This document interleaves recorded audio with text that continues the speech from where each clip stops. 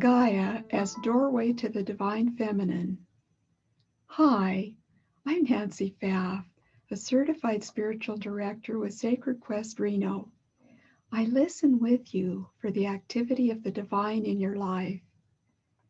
You're invited to join me in a spiritual adventure with Gaia, goddess of earth, as doorway to the divine feminine.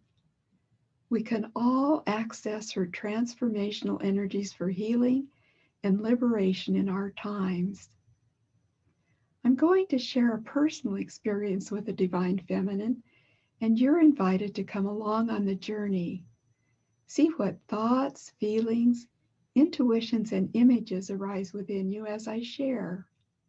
Here's a chance to be a spiritual explorer, to discover the divine feminine in you. Seeking an encounter with the divine feminine, I set out on a personal pilgrimage. I think of the divine feminine as holy wisdom, the Bible, and as the Holy Spirit in the Christian Bible, as Shakti in Eastern philosophy. She is that creative aspect of the universe that births all things into being. Instinctively, I knew that through opening up to this creative energy, my own true feminine identity would become more conscious, that my own sense of self would expand, and I could shed old beliefs that were holding me hostage. I used the spiritual exercise of gazing to open up that aspect of my soul. Gazing needs images to work with, and I chose images of Gaia, goddess of earth, to be a doorway into the divine feminine. The spiritual exercise of gazing involves bringing your full attention to an image. Gazing can evoke something immediately, or it can take a few days before the image seems to come alive and make an impact. You allow the image to affect you.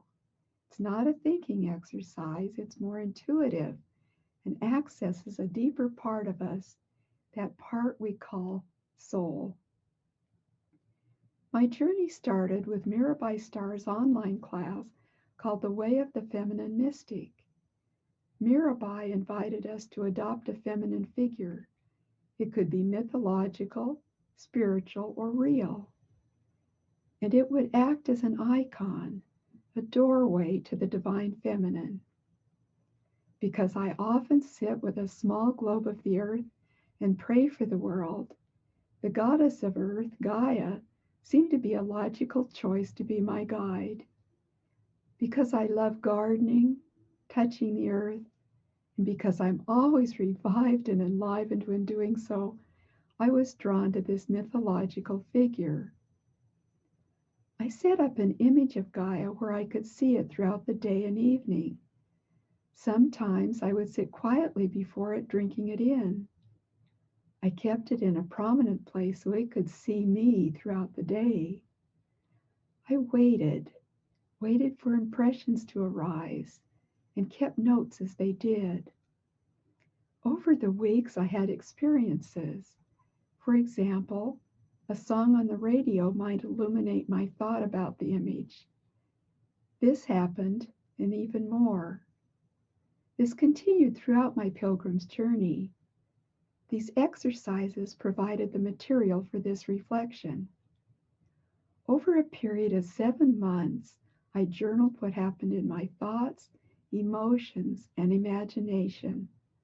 I sought a heartfelt relationship with the divine feminine. I understand that the divine is beyond gender and equally mother as father, yet because I was raised in the Christian tradition with its masculine Godhead, I seemed blocked. I wondered, could I find the feminine divinity through this process and experience her within me? First, I did research about Gaia. She was deemed the goddess of the earth, the great goddess of the matriarchal cultures before the Greeks brought Zeus. Gaia was the first creature to be born from primeval chaos. Born after her was Tartarus, the underworld, Nyx, night, Erebus, darkness, and Eros, spirit of generative love.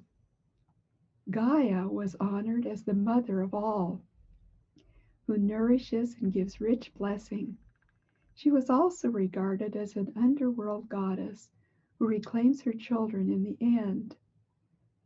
In order to more fully encounter her, I searched out several images that had come up Gaia in a Google search. I printed each image and one at a time contemplated each over a period of days. Thoughts arose, memories came rushing in, quotes, poems, and stories dropped into my mind, and gradually an internal experience of the divine feminine emerged. As I share what came to me with these images, I invite you to spend time with them gazing. See what surfaces for you. Take note of the different energies and see how they are at work or want to be expressed through you. I'll share mine in the conclusion. Gazing at Gaia. Gaia as Earth. I'm looking at an image of an earth woman whose body is clothed by forests and meadows. She is stretched out across the landscape, leaning back on her forearms, her face and breasts basking in the sunlight. Her hair falls from her head as a waterfall, forming a lake. Above her is an expanse of blue sky and clouds, with a great white mountain in the background. As I gaze at this image, I notice a large scar. She is not an innocent. Life has left its mark of pain. On the other hand, the fresh, nude, and unashamed pose speaks to me of her generosity, nurture, and beauty. She is without worry. I relate to her scar. I'm no innocent to suffering myself. Her other attitudes of openness and generosity are something I need to cultivate. She invites me to step out of my old pattern of self-protection and being overly cautious in the world. The primary colors of the image are blues, whites, and greens, some of my favorite colors. They evoke that image of Earth taken by the astronauts from outer space. This image of Gaia as the Earth fills me with joy and a sense of spaciousness. Gaia delights in all things. I see her dancing when God looked at creation and saw that it was good. At the thought of her dancing, a memory rushes in. In 1996, I was sitting on the floor of a large meeting room at Mercy Center in Burlingame, California. I was one of a group of 60 retreatants. Each had a project. To fulfill her requirement, a professional dancer dressed in loose-fitting chiffon-like garments danced among us. With a small branch of leaves, she enthusiastically leaped about us, sweeping the branch through strategically placed bowls of fresh water. She showered us as she danced. She embodied the feminine as freedom, celebration, and joy. I felt Gaia inviting me to an exuberant embracing of life. What a contrast to my need to hide, to make myself small because of childhood trauma. Feeling this joy, words from a hymn I learned when I was 10 began to sing themselves in me.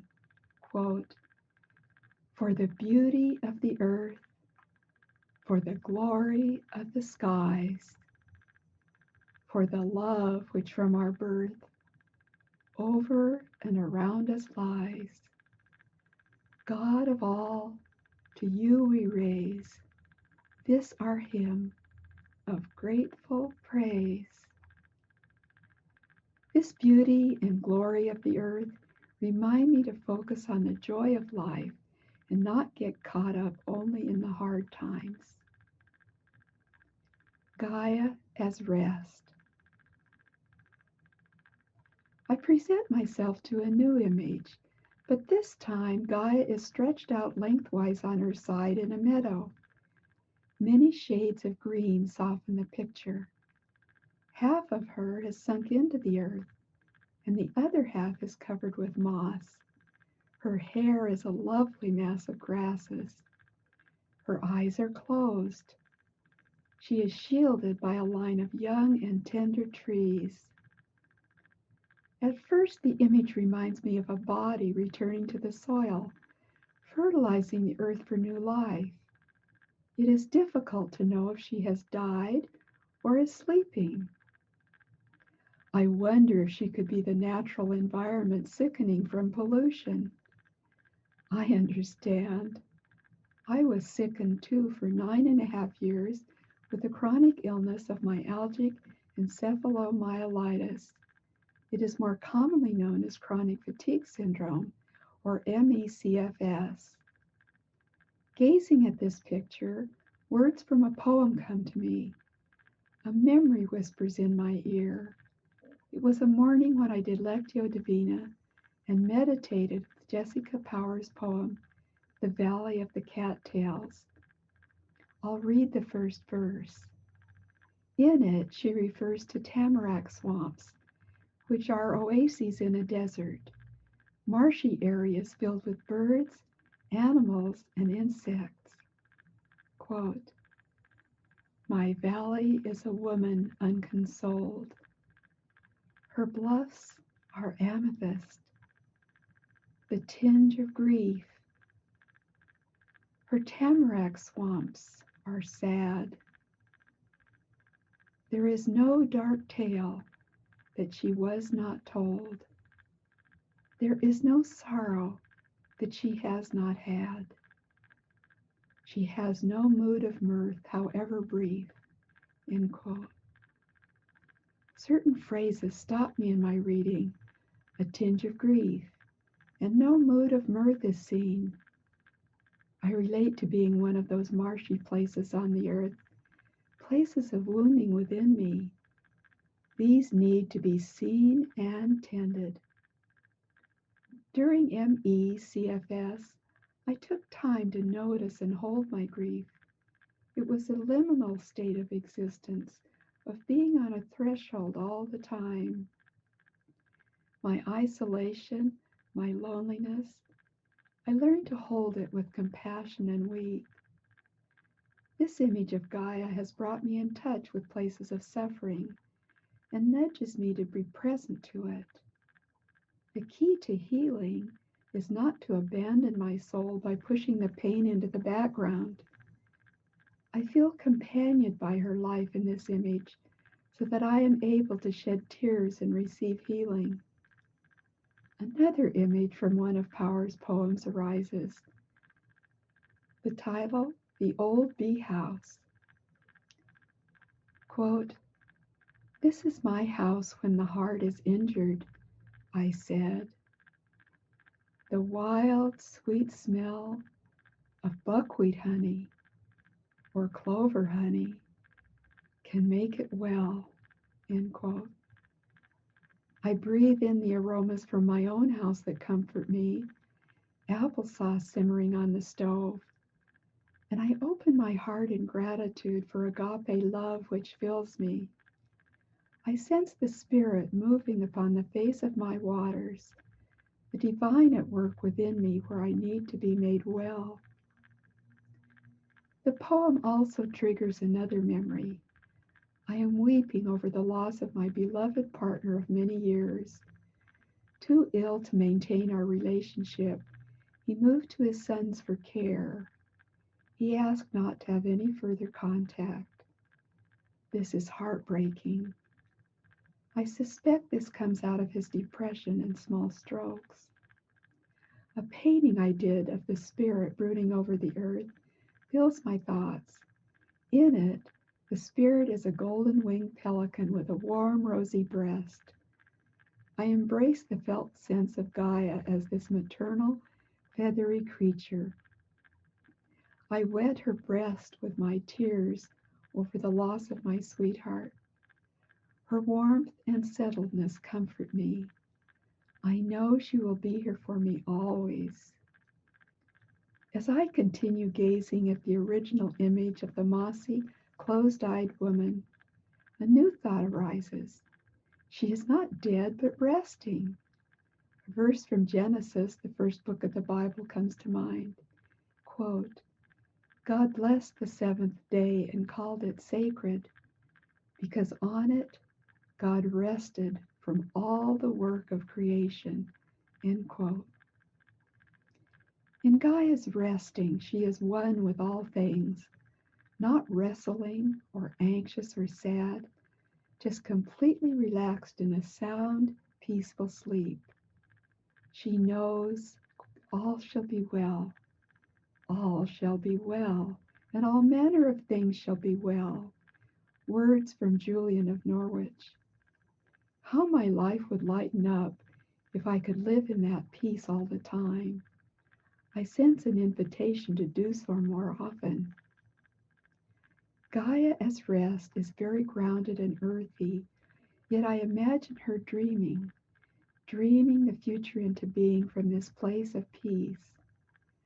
I recall Hildegard of Bingen, a mystic of the Middle Ages who wrote about the earth, quote, there is no creation that does not have a radiance, be it greenness or seed, blossom or beauty. It could not be creation without it. The world is a living, being spirit, all verdant greening, all creativity, all creation awakened, called by the resounding melody, the divine's invocation of the word, end quote. I take time to ponder this, to ponder the idea that I have a radiance, that we all have that radiance. As I continue gazing on a different day, a memory awakens. I am in my 40s at Mercy Center. I've come to experience 30 days of silence with the Ignatian spiritual exercises. Creation becomes an icon of the Holy One. It speaks to me as I stand still and waiting in the wildness of the retreat grounds.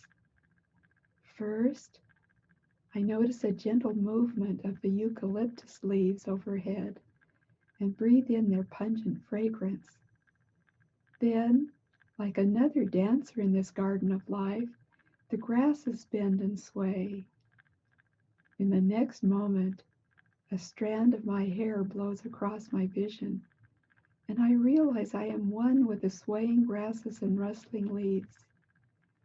I am transported into oneness with all that is, and as I return to the retreat house, all those I meet are part of this oneness.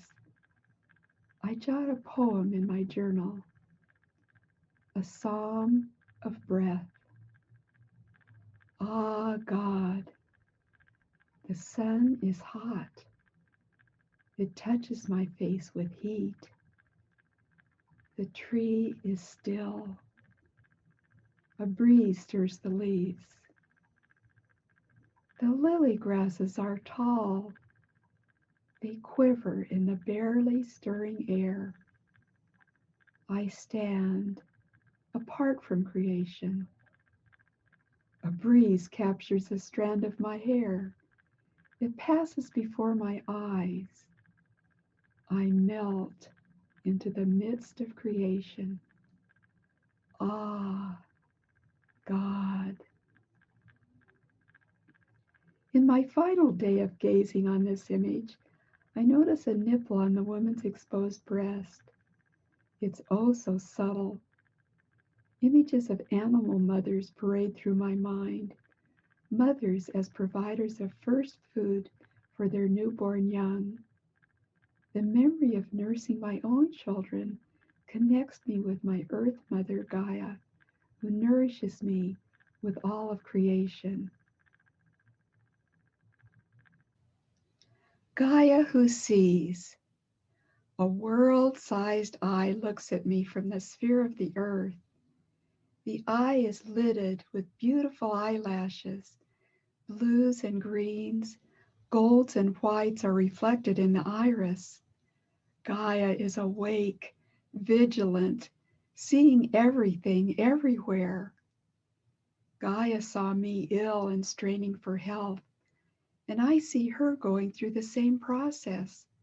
I am aware of her revitalizing properties. In Chernobyl, Ukraine, the plants and animals have recolonized the nuclear disaster site of 1986. I remember seeing the devastation from another disaster, but not man-made, the eruption of Mount St. Helens in 1980 in Washington state. It made a comeback slowly, bit by bit, with the help of animals, insects, and plants. I breathe a prayer of thanks for healing.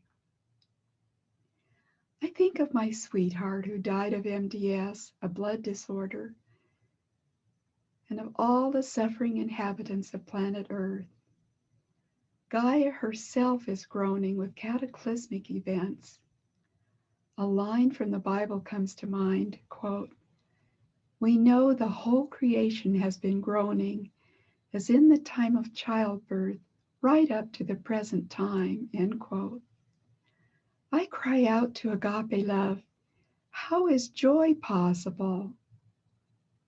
I sense a response as her words fill my mind, quote, "There is space between contractions. It's not all pain all the time.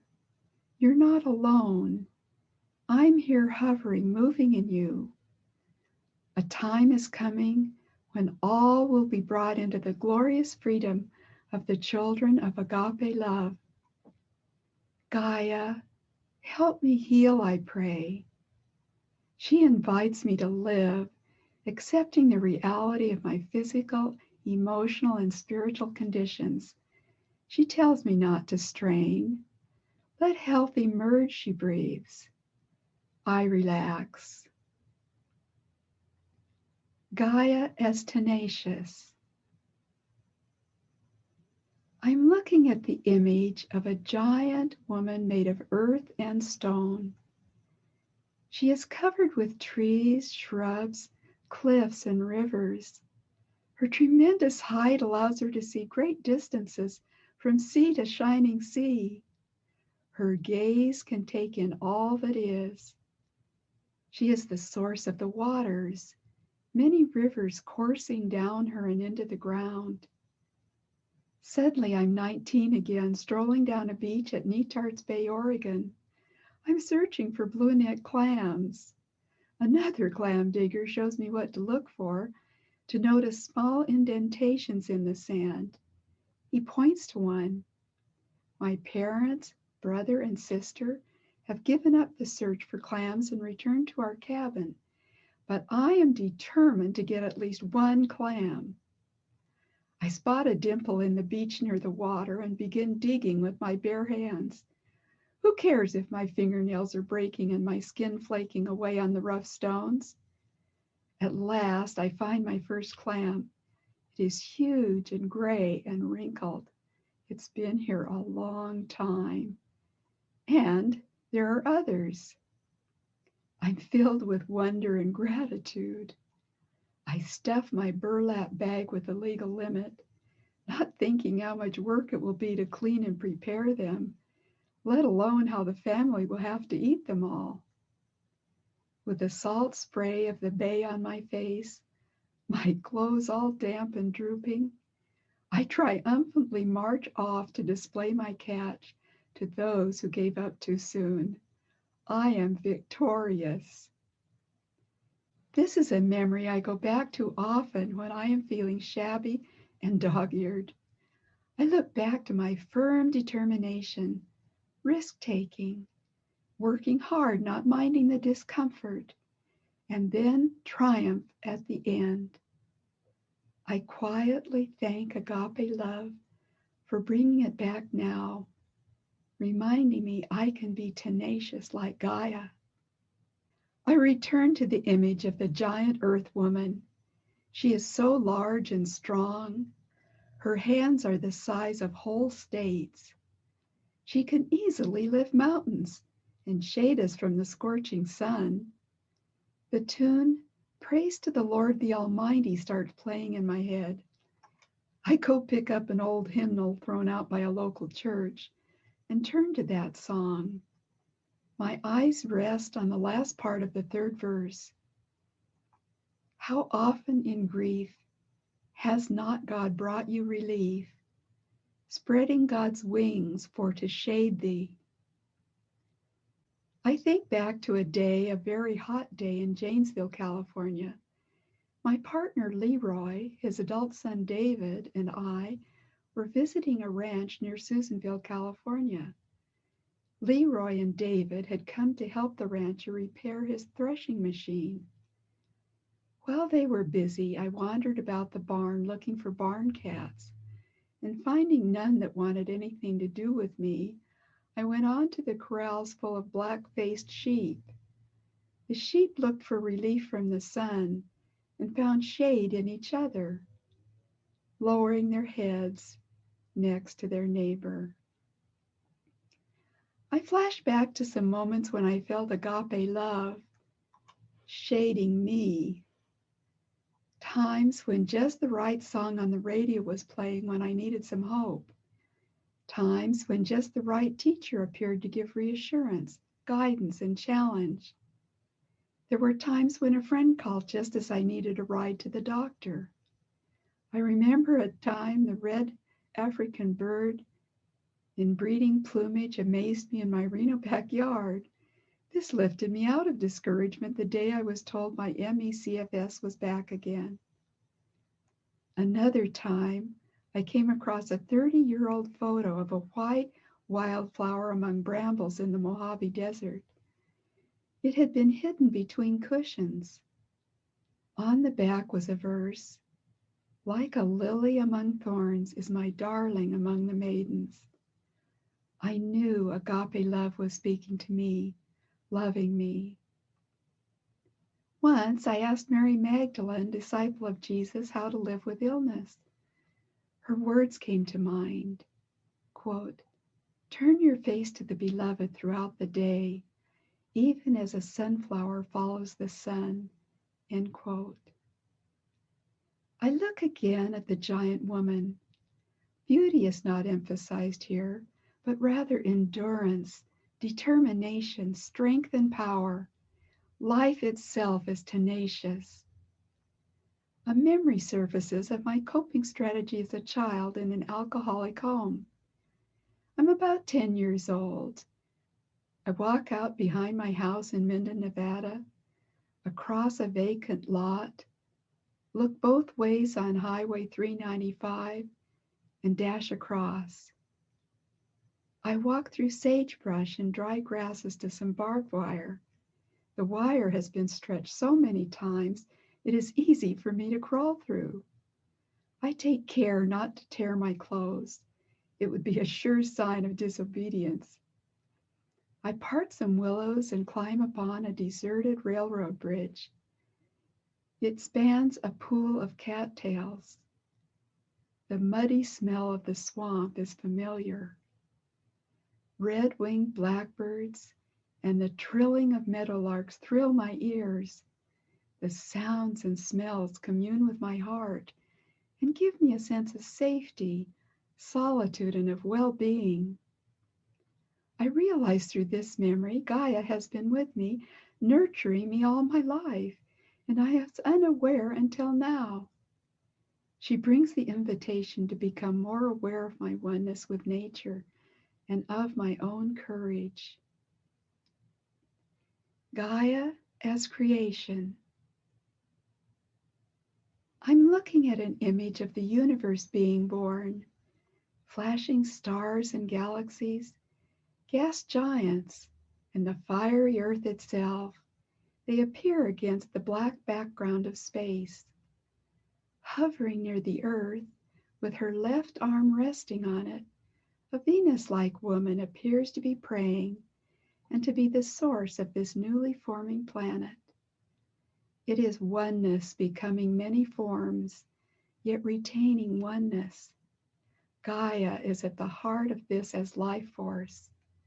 While I'm looking at a past Super Soul Sunday TV show, The words of Llewellyn von Lee helped me with this. He said, "Oneness is not an idea.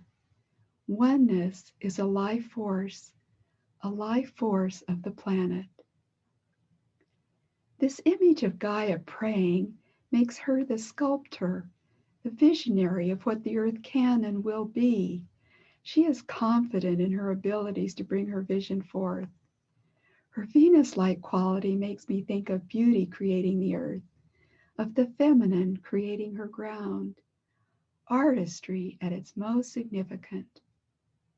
I remember going out into my garden, feeling exhausted from grief, and noticing a peachy peace rose unfolding. The outer petals were worn and faded. A nibble on the edge of one petal betrayed a tiny insect, but the inner core still had many perfect petals left to unfurl. I saw that there was a future for me yet to unfold, and it could hold treasures. My whole mood shifted to hope in a moment. Gaia pregnant. The image now before me is of a lovely green, highly tattooed Polynesian woman. She sits with her legs crossed and her hands under her pregnant earth belly. Her eyes are half closed in the way of Eastern meditators. Ferns, flowers, and butterflies are her hair. I can't relate to her at first. Then I attend my friend Katie's baby shower. It is her first. I remember the pain, the sense of helplessness, the exhaustion of my labors, something Katie can't even imagine, and I'm not going to tell her. This leads me to a realization that there is a deep knowing in Gaia, that under the great upheavals of destruction and creation, there is the voice singing, "All shall be well." Even though her offspring will wound and damage her, she is not afraid. She embodies the Christ spirit of "forgive them, they know not what they do." Life itself must be birthed. Nothing can stop it from coming. And as messy and painful as it is abundance. Gaia welcomes all life, from creepy crawlies to elephants to human beings, all things that fly and swim. Agape love beholds it all as very good. She is unafraid, although much tragedy will occur. She has the long view and sees the light triumphing over the darkness. She has been part of all things for billions of years. As I'm gazing at this Polynesian woman, I remember an experience when I was strengthened by agape. I'm sitting in silence, holding grief over the loss of a great love.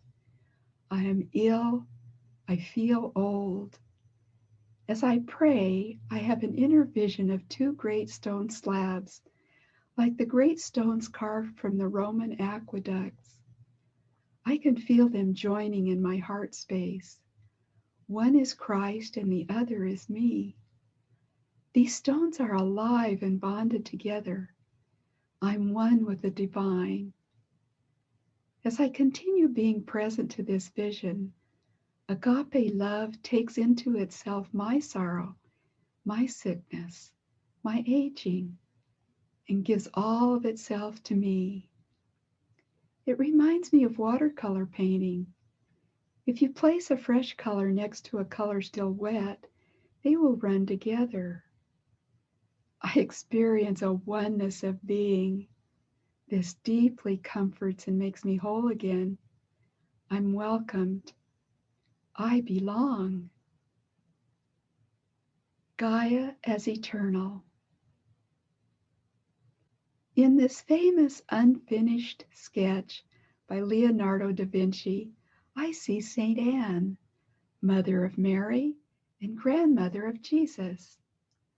Mary is seated on the lap of Saint Anne. Jesus is seated on Mary's lap. I see Saint Anne as Gaia and Mary as an incarnation of Gaia.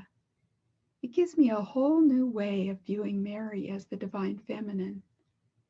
But Gaia is not just imaged in a saint. My daughter and I, we are incarnations, as was my mother and her mother, all the way back to the first mother. And so are you. Mary is an icon to the divine feminine, giving birth to that which gives life, to that which cannot be ultimately destroyed. The divine child, Jesus, is a symbol of the seed of death and resurrection, the indestructibility of life itself, life going on beyond this life. The thought of life after death reminds me of a story my father told of when he was in the army during World War II. He was lying in a hospital bed recovering from rheumatic fever. Suddenly, at the foot of his bed, he saw his younger brother Earl standing in full uniform saluting him.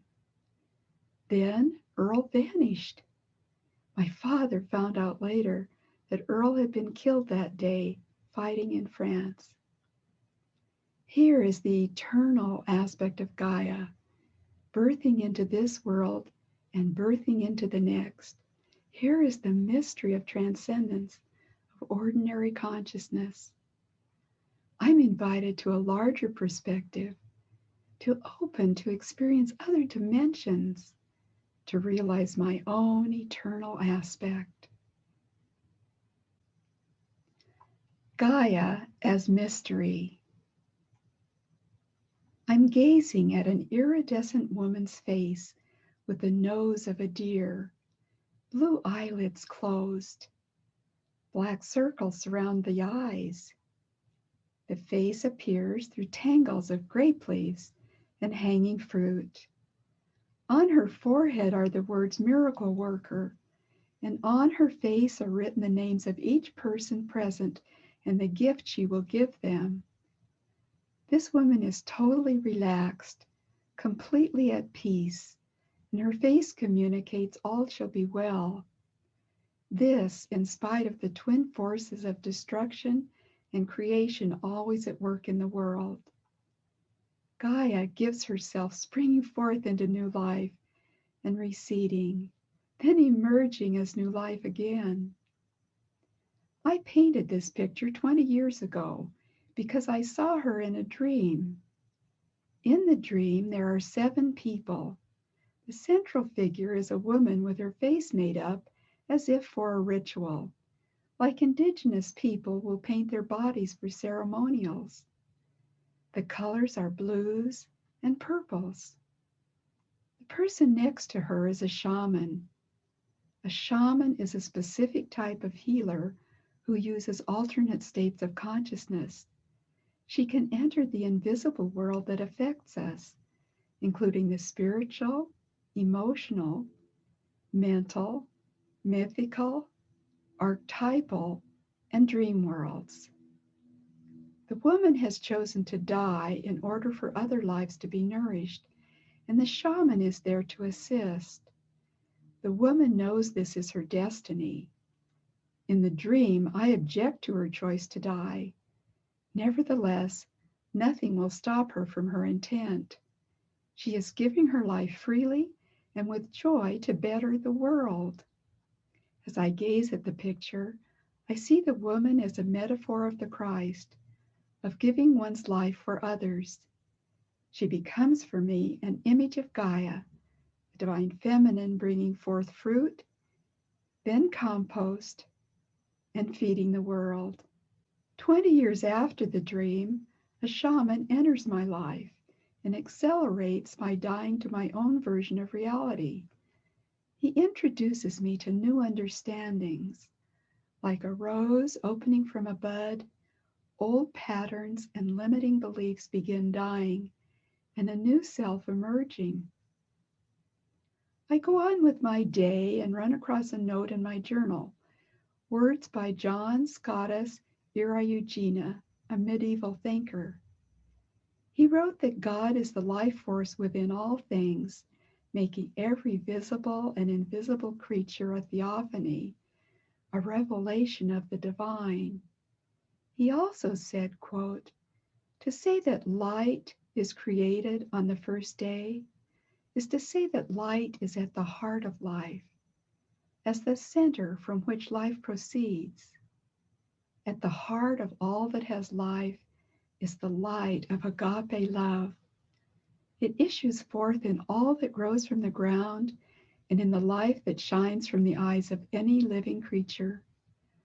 Still, there is darkness, but the light is deeper still." End quote. I must be careful not to see tragedy as triumphant, but to remain open to the light even calamity contains. Sometimes the only light I can find in the darkness of misfortune is in me, as the deeper compassion of Gaia is kneaded into my heart, as my own suffering teaches me how to strengthen others. Gaia Out of Darkness. Against the backdrop of a black, chaotic universe, aqua and golden light indicate the face of a woman. In her wide, cat-like eyes is reflected knowledge of all things. Her full lips are relaxed. Even in times of great stress and conflict, in times of spiritual dryness, Gaia lives in all things as creative love. Even during my greatest life crisis, I became aware of a force within holding me together, a life force that was tangible, strong, and available at all times. I think of this now as the love energy of Gaia, of the divine feminine. And a quote of William Butler Yeats comes to mind, quote, "An aged man is but a paltry thing, a tattered coat upon a stick, unless soul clap its hands and sing, and louder sing, for every tatter in its mortal dress." End quote. On a dark day just a few years ago, I was that paltry thing walking in my garden, trying to find solace. The love energy of the divine feminine was that thing within me, clapping its hands and singing so I could put one foot in front of the other until the fullness of life returned. This image of Gaia in darkness, her face in the midst of universal chaos, seems to say, "Don't forget me when you go through dark times. Remember that I have seen everything. Nothing disturbs me. All things are cycling. My breath sustains the movement of all things until their completion. My womb births new life, even as destruction breaks down and annihilates. All shall be well, all shall be well, and all manner of things shall be well. Hush." I must not forget that this voice is within me, and I can hear it when I'm still. Gaia as compassion. Viewing the next image, a woman's head is seen from the side, silhouetted against images of our universe, planets, asteroids, brightly swirling gases in a dark space. Green trees are her hair, through which light breaks and surrounds her head. A tear is falling from her left eye. She holds the earth in her hands. The tear speaks to me of her compassion for our planet. Her heart for abundance and prosperity for all of us is heavy with so much suffering, so much damaging. The fact that she weeps over the earth says she desires more and better for it, that she intends a positive evolution. Nevertheless, she is in pain with the pain of the earth and giving to the planet what she can to sustain it. While gazing, I remember a startling dream. I find myself alone, barefoot, without identification and money in a rural area of Cuba. I don't speak Spanish. I'm surrounded by the poor in a wide circle. At first, I want to ask them for money so I can make a call home for help. But then I realize they have none to give me. I'm embarrassed for even thinking of asking. As I gaze at them and they at me, a great joy arises.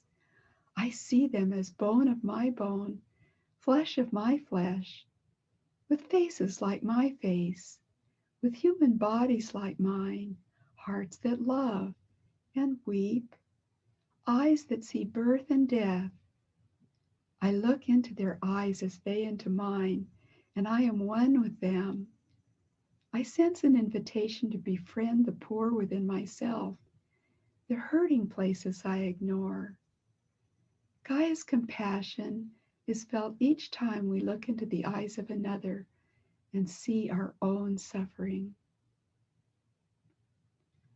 Gaia as life. A woman is resting on the dark bottom of a lake. She takes up the whole lake, her face, breasts, and knees touching the surface from below. From her heart bursts light, causing a tree to grow and flourish above the water. Light is flaming the sky above. Gaia is the energy that causes a seed deep in the dark, wet ground to open, then causes its life to unfold and thrust up to the light. She turns the cold, hard darkness into fertility as she greets the sun. She nourishes the creatures of the earth with the generosity of life. As I reflect on a seed in the dark that doesn't know the sun will warm it in the spring, I remember making a collage after 5 years of living with MECFS. I felt like a seed in that cold ground, my mind cloudy, my body heavy with exhaustion, and my emotions dull. Doctors had no suggestions on what to do to get well, although I tried any number of natural means. I wondered, will my spring ever come? Then, while on retreat, I worked with a spiritual director proficient with dreams. One night, I had a dream from which I woke up well after 9.5 years of severe debilitation from my disease. It was clear that Gaia was waiting in me, and through the dream burst my bonds and set me free.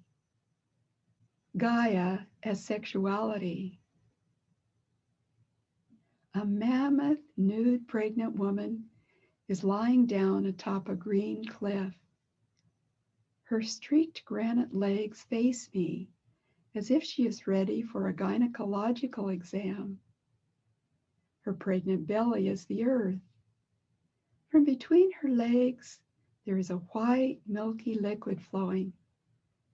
It becomes a waterfall, filling all the rivers and watery places on earth. As I make myself present with open heart to this image, I experience my senses opening.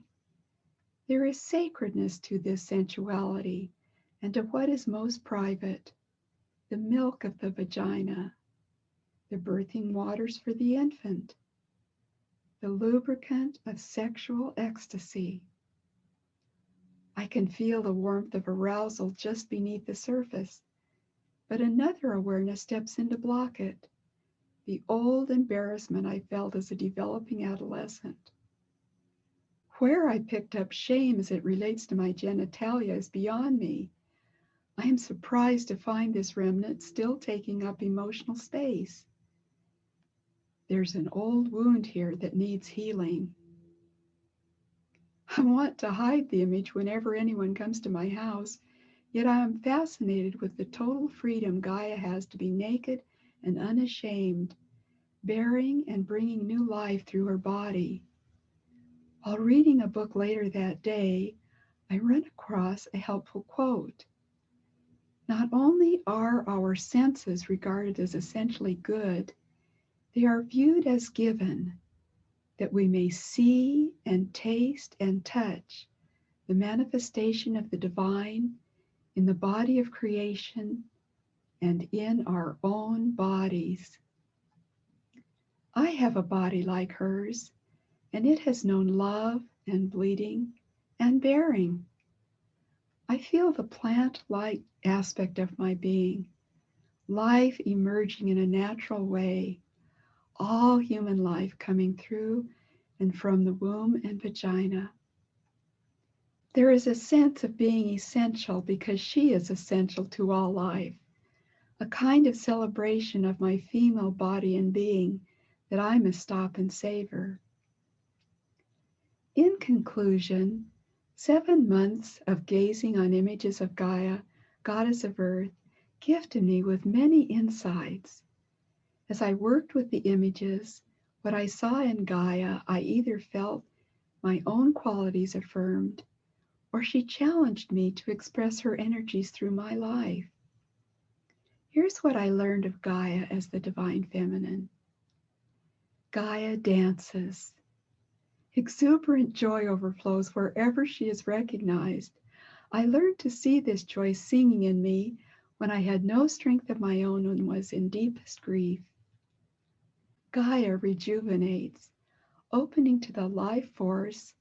Simply acknowledging this truth pours healing, recreative energy into me. This life force is my strength. It's always here. Gaia never gives up. Always and forever she moves in and out among all things, finding ways up, around, and over obstacles to nurture life. She challenges me to rise above discouragement and see obstacles as a challenge. Gaia shapes and envisions the future, always moving in an evolutionary direction, always expanding. She has intention and imagination too, and invites me to expand beyond my comfort zone. Gaia is unafraid. She has experienced everything over billions of years. This challenges me to look at the bigger picture and trust life to unfold with wisdom and compassion. Gaia is made manifest in both men and women as the Divine Feminine. She is ever creating life and then receiving that which is dying. She holds, she listens. She makes space for life to unfold. She yields and she opens. She invites me to be more flexible and to accept what is. Gaia is creative love. Even in times of great stress and conflict, in times of spiritual dryness, she is present. We are never alone. This challenges me to drop my idea that I am separate and to see myself in union with all things. Gaia participates. She does not keep herself separate and safe from life. She enters into it with us, always feeling what we feel, knowing what we know. She shares in our suffering, knowing it is the dough from which the bread of our lives is made. I express her by being present with compassion to friends and family who are suffering. Gaia is fertility. In the seed, deep in the cold, wet earth, she is at work bringing forth that which feeds us all. In my darkest times, she worked transformation in my soul. I'm challenged to accept the suffering in my life as the fertile ground for my transformation. Gaia is sexuality. She blesses the body and its ecstasies and the fertility of all her creation.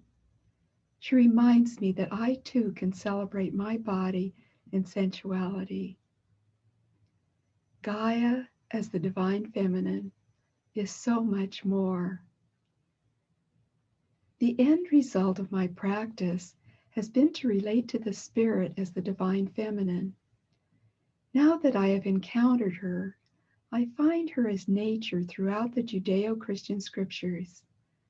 I especially like, quote, "For since the creation of the world, God's invisible attributes, God's eternal power and divine nature have been clearly seen, being understood through what has been made," end quote. My own sense of self as a manifestation of the divine feminine has expanded my old identity, affirming the feminine in a way our patriarchal culture cannot do. Today, I feel better equipped to take the world into my arms through prayer, always accompanied within and without by the divine feminine.